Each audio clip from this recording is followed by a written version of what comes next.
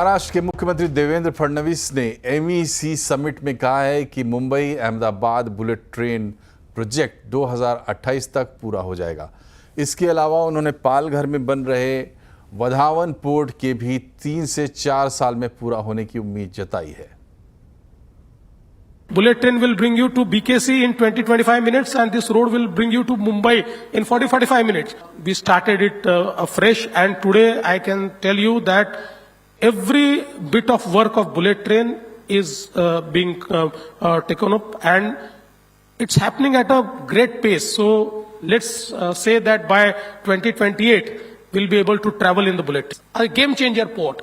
And you see today the biggest port of India is the JNPT port. It accounts for 60 to 65% of the container traffic.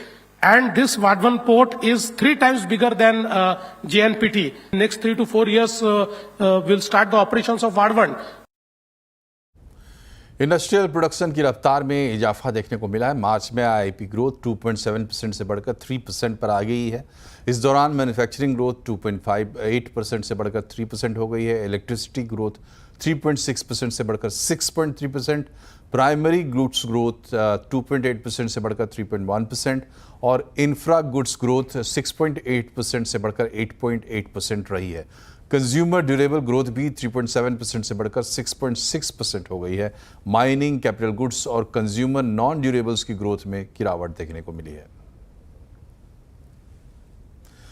कारोबारी हफ्ते के पहले दिन बाजार का जोश हाई देखने को मिला। बाजार में चौतरफा खरीदारी रही। सेंसेक्स निफ्टी 1% से ज्यादा की बढ़त पर बंद हुए हैं। सेंसेक्स 1006 पॉइंट चढ़कर 80,218 पर, निफ्टी 289 पॉइंट चढ़कर 24,329 पर बंद हुआ है। मिड कैप स्मॉल कैप शेयरों में खरीदारी रही। बाकी डिटेल्स बता रहे हैं यतीन मोता।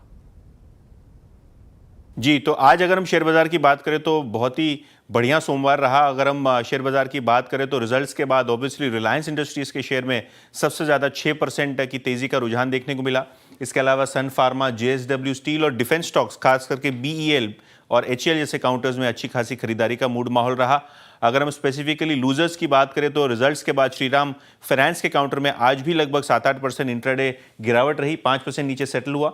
इसके अलावा अल्ट्राटेक सीमेंट नतीजों के बाद एचसीएल टेक्नोलॉजीज और एटर्नल जैसे काउंटर्स में थोड़ी बहुत वीकनेस देखने को मिली। अगर हम स्पेसिफिकली मिड कैप गेनर्स की बात करें तो यहाँ आरबीएल बैंक में लगभग 10% का मोमेंटम था। डिफेंस शेयर्स में 4-5% की औसतन तेजी थी। इसके अलावा प्रेस्टीज एस्टेट्स के काउंटर में आपको एक शार्प बाउंस बैक देखने को मिला।